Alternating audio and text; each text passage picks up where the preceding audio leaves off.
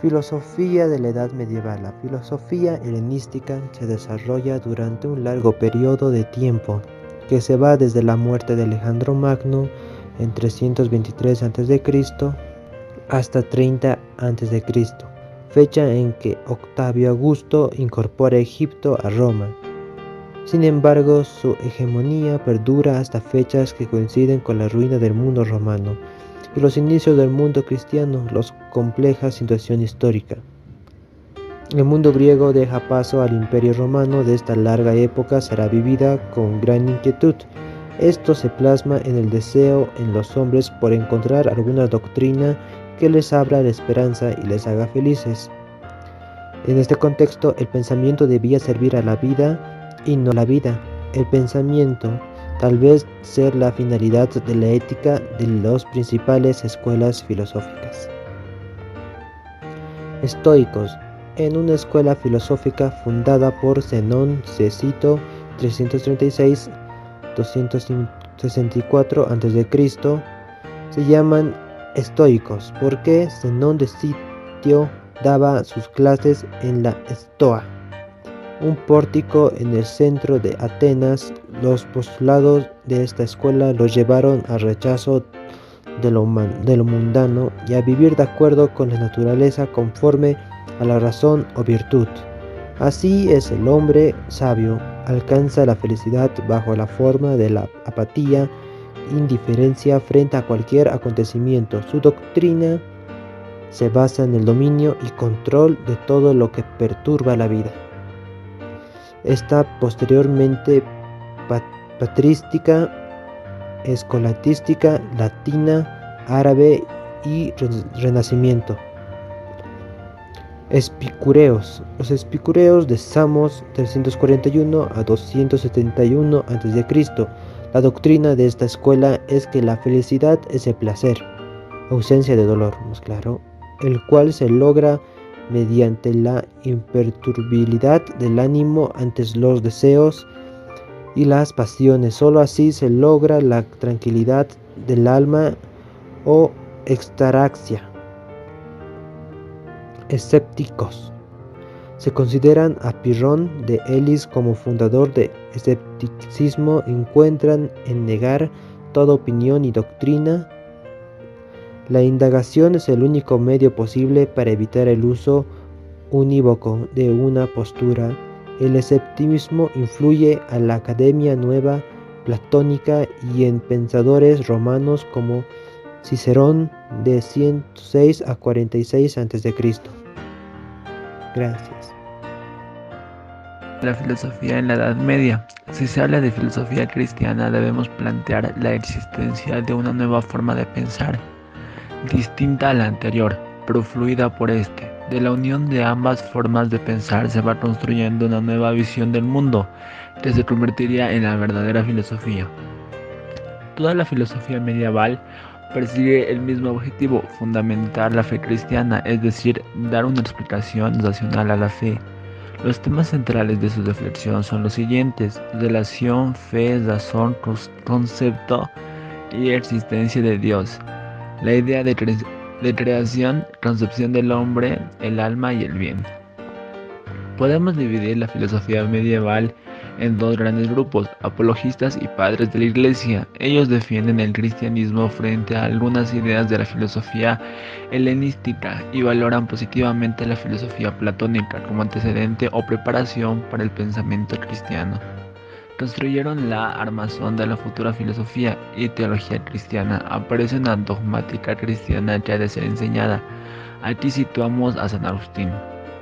La filosofía escolástica hace referencia a las enseñanzas que en la Edad Media se practicaban en las escuelas monacales. Engloba a pensadores de diferente índole, por eso existen escolásticas cristianas, árabes y judías, influidos por el platonismo y posteriormente por el aristotelismo.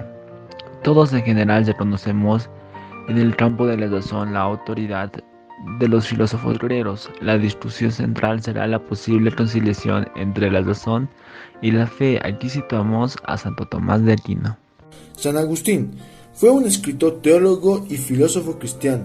Elaboró el primer sistema complemento del pensamiento cristiano. Lo hace de una clara vocación de enseñar y defensa de la fe cristiana. En su elaboración recurrió al platonismo, neoplatonismo y heterodoxismo. En su obra Confesiones, llega a afirmar que el pensamiento anterior es incompleto, que ha sido superado por el Nuevo Testamento. Relación de la fe y la razón. San Agustín considera que hay una unidad en el conocimiento, por eso la fe y la razón deben ir unidas para comprender la realidad del mundo. Es necesaria la fe, y para creer es necesario que esté apoyada de una serie de razones. La fe tiene que tener un fundamento de razón de manera que sea razonable. Verdad y conocimiento y iluminismo. San Agustín quiere alcanzar la verdad, y en el mismo es el único medio en el conocimiento. En su análisis del conocimiento seguiría la teoría platónica, aunque también tiene algunos aspectos que toman del hinduismo y del sexismo. La verdad existe, es un conjunto de ideas que necesariamente son verdaderas, inmunables y eternas, que no cambian porque son verdades. Propone argumentos que contra de los aspectos, aunque nos equivoquemos en el juicios que hacemos sobre las cosas y dudemos acerca de dónde está la verdad. Hay algo que no podemos dudar: la verdad es nuestra propia existencia, y además tenemos dos tipos de conocimiento. Conocimiento racional. Aquí llevamos al conocimiento la verdad necesaria, que se refiere a las cosas temporales que no son verdades absolutas. Con la ratio se constituye la ciencia, y son conocimientos que obtienen a partir de los datos de los sentidos. Conocimiento y contemplativo. Se alcanza la comprensión de las ideas eternas sin necesidad de los datos sensibles ni del razonamiento. Es el conocimiento objetivo y sabiduría. Alcanzar este conocimiento es una tarea que supera la manera capacidad humana. El hombre necesita una ayuda exterior que ilumina su manera y así conoce las ideas. Es lo llama San Agustín iluminación. Dios ilumina la mente, afina y así descubre la verdad esenciales para alcanzar la felicidad. Gracias. Santo Tomás de Aquino, 1225-1274 después de Cristo. Fue un teólogo, fraile y filósofo católico. Es considerado el representante de la escolástica. Para Santo Tomás, el cristianismo no es filosofía, pero algunos de los elementos más importantes que utiliza en su propuesta de salvación han sido objeto tradicional de la filosofía, por lo que no es extraño que los creyentes hayan usado esta disciplina como fundamento de algunas de sus creencias. Una de las preocupaciones más importantes del pensamiento medieval, la fe y la razón. El problema es discernir cuál es la relación entre el conocimiento sobrenatural del hombre, alcanzando por revelación, y el conocimiento natural, logrado a través del intelecto y los sentidos. El problema de la relación fe y razón. Para Santo Tomás, la distinción filosofía-teología descansa en la separación entre orden natural y sobrenatural. El orden de conocimiento natural procede de la razón humana, da lugar a la filosofía y tiene carácter demostrativo. Y el orden sobrenatural procede de la revelación y la fe, y es un conocimiento oscuro. Ambos conocimientos provienen de Dios, por lo que entre ellos no puede haber contradicción. Entre las dos esferas de conocimiento cabe la colaboración, dando lugar a la teología. Algunas creencias nunca podrán ser demostradas por la razón y otras sí. También habrá dos tipos de la teología: la racional o natural, que llega a Dios utilizando una capacidad ligada a la naturaleza humana, la razón y la teología cristiana o sobrenatural. Su fundamento es la doctrina revelada y la fe, pero usa también la razón para conseguir un orden científico y como arma dialéctica. La existencia de Dios. El problema de su demostración, podríamos pensar que Dios puede ser perceptible directamente por la razón. Estas proposiciones las denomina Santo Tomás evidentes en sí mismas. Si la existencia de Dios se incluye en su esencia, entonces podríamos captar la verdad de la posición Dios existe con la manera comprensión del término Dios. Algunos filósofos creerán que puede mostrar la existencia de Dios basándose en ese supuesto. Santo Tomás mantendrá que no cabe un argumento de este género, porque la esencia de Dios no nos da la misma claridad que, por ejemplo, la esencia del triángulo. Ello quiere decir que la posición Dios existe no es evidente para nosotros, aunque sea evidente en sí misma. Las 5 vías.